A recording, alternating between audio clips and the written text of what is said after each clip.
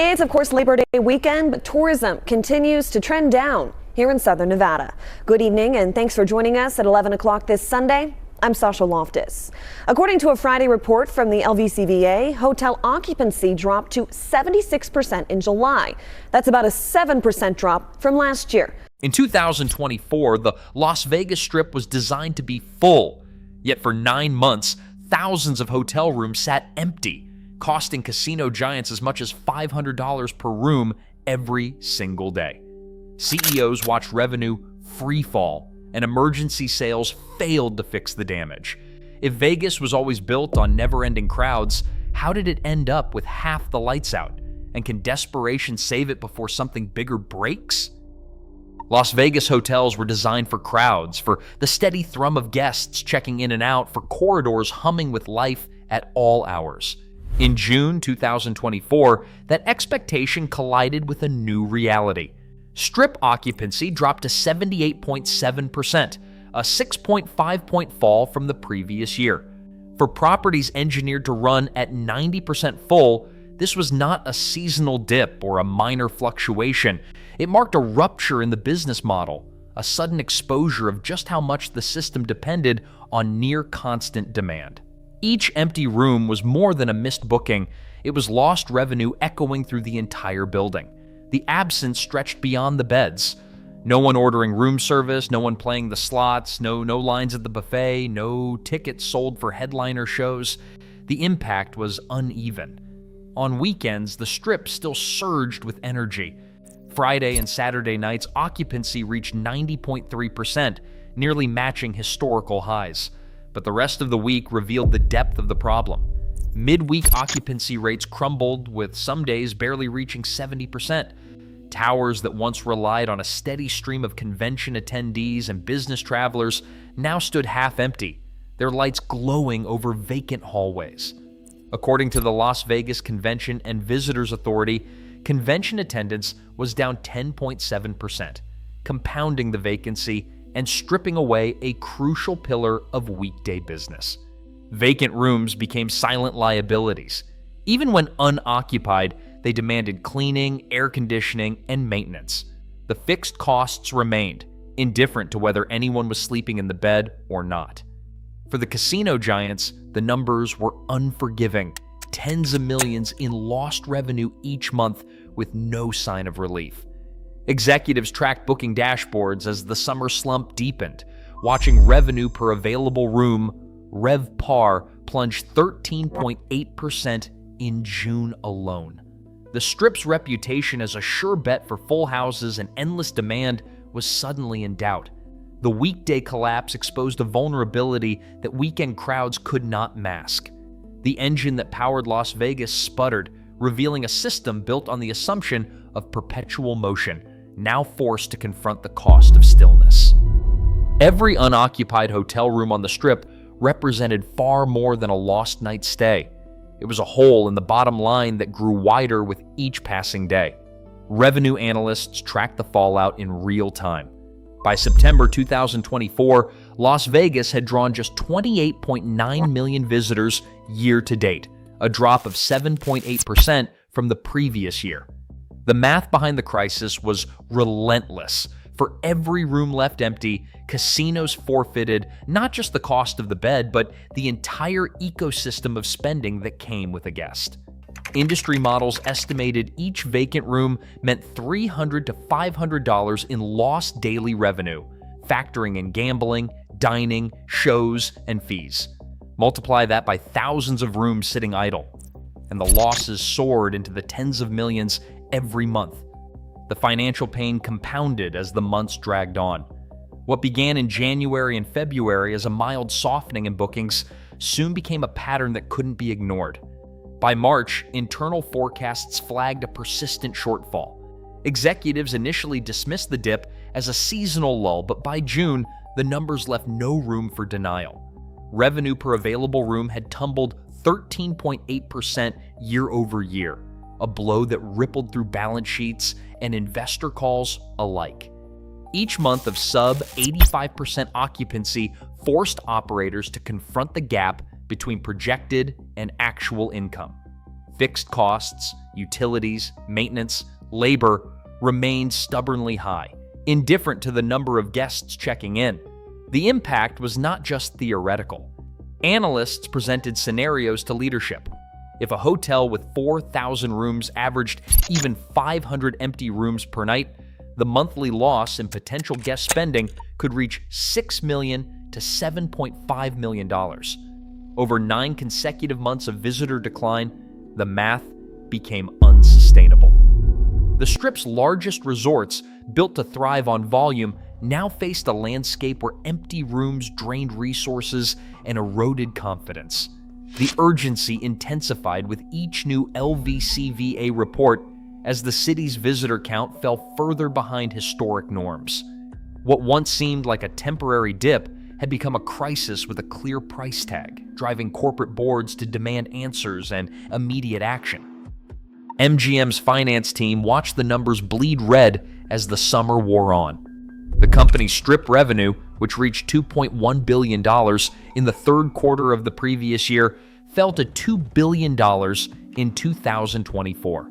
Adjusted EBITDA, a key measure of casino profitability, dropped 18%, down from $731 million to $601 million. These weren't abstract losses. Each empty room meant hundreds of dollars in vanished guest spending every day, money that should have flowed into casino floors, restaurants, and showrooms. The city's largest resorts were built on the certainty that nearly every bed would be filled every night. When that certainty collapsed, so did the margin for error. The pain wasn't isolated to a single operator. Caesars reported net revenue declines every quarter of 2024, and fixed costs, utilities, labor, maintenance, remained stubbornly high. The Strip's financial model, optimized for volume, now buckled under the weight of unsold inventory. For months, executives debated whether to protect average daily rates or chase occupancy with discounts. Internal board minutes from the Las Vegas Convention and Visitors Authority reveal mounting anxiety. By September, the phrase emergency appeared in official notes as leaders scrambled for solutions. The result was a move without precedent. For the first time, the LVCVA coordinated a citywide sale, bringing together competing casino giants for a 5-day fire sale in September 2024. The offer, steep discounts across the Strip, with every major brand participating. MGM alone booked 300,000 room nights during the event, nearly double the pace of a typical September.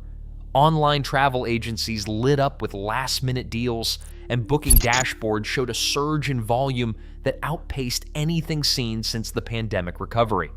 Behind closed doors, some executives worried about brand dilution. Others saw no alternative. The LVCVA board described the overhang of unsold rooms as unsustainable. The sale proved a point that private debates and public statements had danced around for months. When the price was right, demand was still there. The city's sudden ability to move hundreds of thousands of rooms in 5 days exposed the fragility of the old pricing logic. It also raised uncomfortable questions.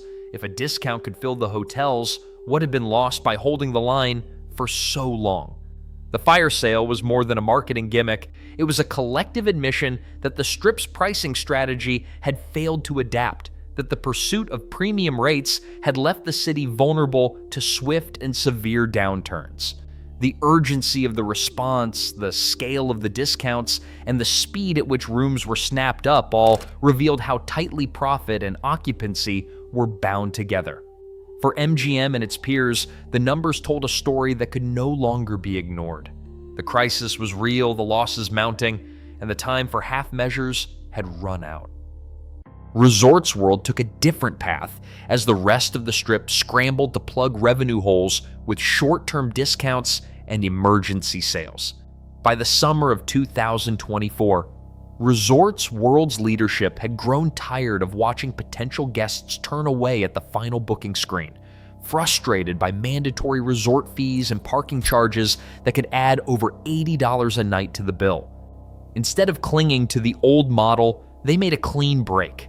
All resort fees eliminated, free parking reinstated for every guest, and a clear, transparent rate displayed from start to finish. Where competitors clung to a $55 nightly fee and $25 daily parking, Resorts World wiped the slate clean. But the changes didn't stop there. The property rolled out up to 40% off standard room rates, bundled with a $75 dining credit for every booking.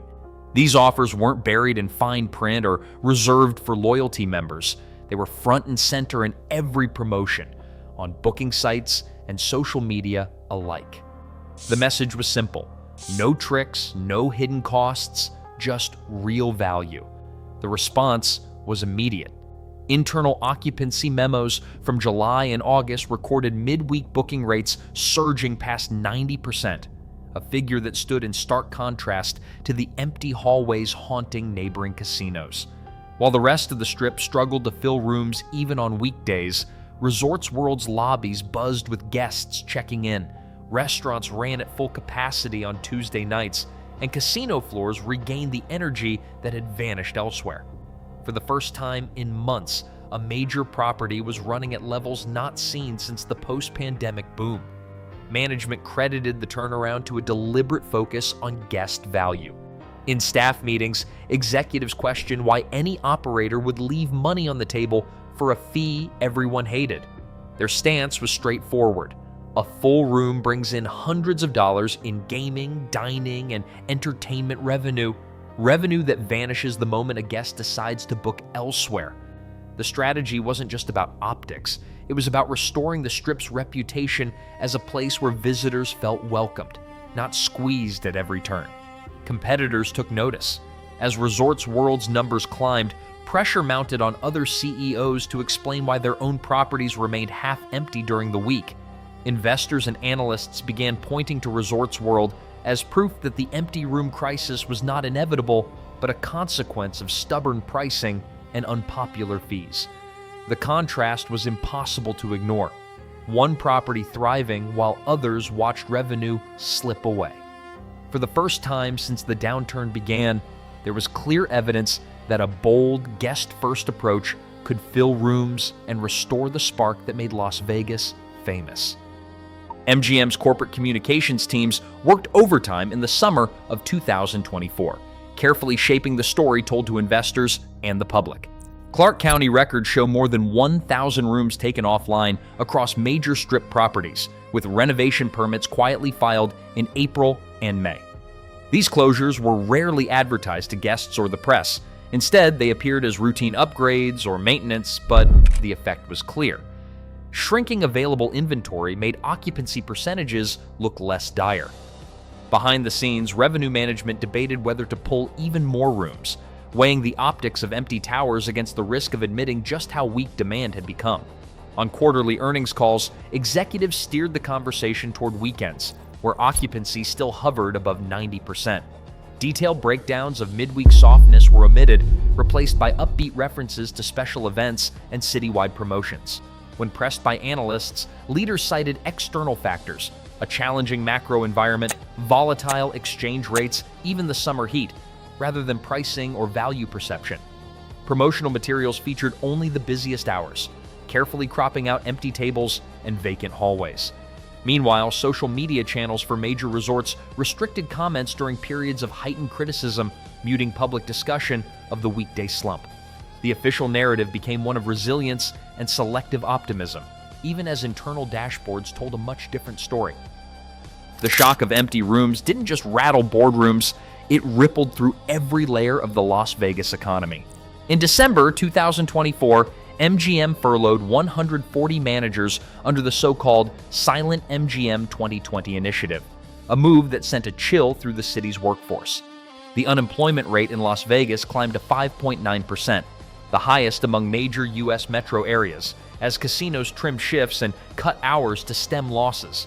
Housekeepers who once cleaned bustling floors now found themselves assigned to near-empty towers, some reporting their tips cut in half. Front desk clerks spent long stretches with no guests to check in, while restaurant staff watched tables sit vacant on what used to be busy weekdays. But while the Strip faltered, other markets seized the moment. Laughlin, just 90 miles south, recorded a 17% jump in gaming revenue for 2024. Mesquite, a quieter casino town on the Nevada-Arizona border, posted a 10% increase. These regional properties kept prices low, waived fees, and offered free parking, luring away value-seeking gamblers. Meanwhile, online gambling exploded. July 2024 revenue hit $1.78 billion, up 20% year over year, as former Vegas regulars look for action without the sticker shock. For every empty room on the Strip, competitors and digital platforms found a new customer, turning Vegas's losses into their own gain. On social media, the story of empty Las Vegas hotel rooms took on a life of its own. Videos tagged with #IsVegasDead swept across TikTok and YouTube, showing casino floors so quiet you could hear the slot machines echo. One channel, Not Leaving Las Vegas, streamed the emptiness to an audience of over 85,000 subscribers, racking up millions of views on clips that captured deserted lobbies and half-lit towers. Each new post sparked a wave of comments from travelers sharing their own stories. Canceled trips, shock at $12 coffees, and vows not to return until prices came down. The feedback loop was immediate. As viral content spread, booking dashboards showed sudden dips in reservations, especially in the days after a particularly popular video. Executives who once dismissed online outrage as noise found themselves tracking hashtag spikes in influencer uploads, watching the city's reputation unravel in real time. The panic wasn't just in the numbers anymore. It was everywhere people talked about Vegas. The power of perception, amplified by digital creators and frustrated guests, became impossible to ignore. In 2024, the Strip's biggest threat wasn't just empty rooms, but the viral verdict delivered by the internet's millions of would-be visitors. In June 2024, Las Vegas Strip hotel occupancy fell to just 78.7%, a rare low for an industry built to run at 90%. Over 9 consecutive months, visitor numbers kept dropping, costing casino giants like MGM tens of millions in lost revenue and forcing the first ever citywide emergency sale. Yet, as Resorts World proved by eliminating fees and filling rooms, the crisis was not about demand disappearing, but about pricing and strategy. CEO Bill Hornbuckle's public admission, "Shame on us, we lost control of the pricing narrative," marked a turning point. But in October 2024, high fees and empty rooms persisted. The true scale of guest losses, the long-term impact on Las Vegas workers, and whether executives will make lasting changes remain unanswered. What is clear? When rooms sit empty, it's not just profits at risk, it's the entire ecosystem of Las Vegas. The next chapter depends on whether those at the top choose short-term gains or sustainable recovery.